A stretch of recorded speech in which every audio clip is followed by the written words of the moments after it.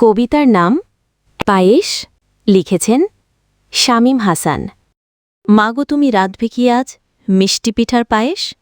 তোমার খোকার ইচ্ছে হলো খাবে করে আয়েস। পাশের বাড়ি রান্না হলো, সবাই মিলে খায়।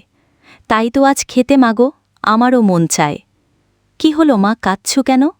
শুনে আমার কথা? এমনি এমনি বলেছি মাগো, নিও না মনে ব্যথা। শুধু শুধু কষ্ট পেলে খায় না এসব তোমার ছেলে।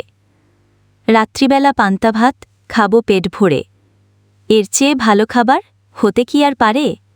নাইবা হলো পিঠা পায়েস, তাতে আমার নাই খায়েস। কি হলো মা, কাঁদছ আবার কেন? দোয়া করো তোমার খোকা বড় হই যেন। দিনগুলো কি এমন রবে?